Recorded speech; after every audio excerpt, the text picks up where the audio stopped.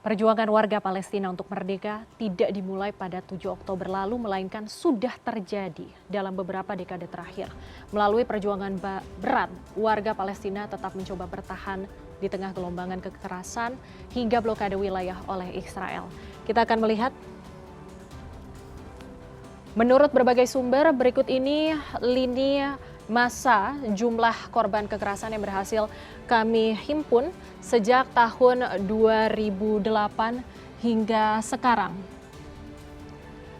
Baik dari pihak Palestina maupun dari pihak Israel. Dan dalam data ini terlihat sangat jelas jumlah korban jiwa Palestina ini yang paling banyak. Dengan total 21.510 orang, sedangkan Israel ini berjumlah 1.508 dan total korban tersebut tercatat dari gelombang kekerasan selama 23 hari pada tahun 2008 hingga 2009, kemudian pada tahun 2012 ini kekerasan terjadi selama 8 hari di Gaza, dan pada tahun 2014-2015 ini kekerasan terjadi sepanjang 50 hari di Gaza. Dan pada tahun 2021, yaitu 2 tahun lalu, terjadi kekerasan selama 11 hari di Gaza. Dan seperti kita semua ketahui, tahun ini, tahun 2023, terjadi kekejaman kemanusiaan di Gaza sejak tanggal 7 Oktober lalu dengan jumlah korban jiwa yang sudah melampaui 14.800 orang. Dan jumlah korban sipil ini bisa terus bertambah jika Israel kembali melancarkan serangan dari darat, laut, maupun udara dengan kekuatan penuh ke Gaza. Dan data yang kami rangkum ini menunjukkan bahwa warga Palestina ini paling banyak menanggung kerugian, dan tidak hanya nyawa tetapi juga kehancuran infrastruktur. Dan berdasarkan data tersebut ini jelas muncul pertanyaan yang sangat besar, terutama mengenai dampak perang sengit antara Israel dan juga Hamas tentunya. Dan dengan begitu banyaknya korban sipil Palestina yang jelas tidak terlibat konflik kedua kubu yang bertikai. Apakah Israel ini benar-benar membela diri dari Hamas ketika melancarkan serangan ke Gaza? Ya, selanjutnya kita akan melihat penderitaan warga Palestina ini berlanjut sejak Israel ini memblokade Gaza setelah kelompok Hamas berkuasa pada tahun 2007. Dan 16 tahun sudah dari 2007 ke 2023.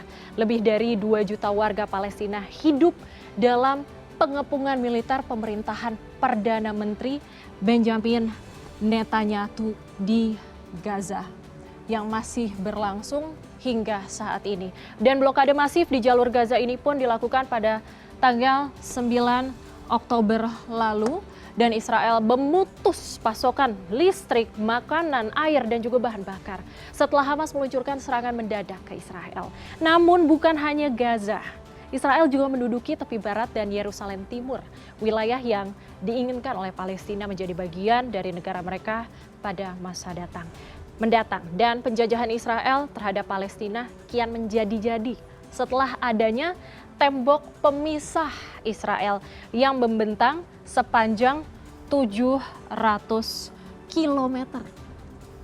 Dan ini didirikan, ini tembok pemisahnya sepanjang 700 km dan didirikan 140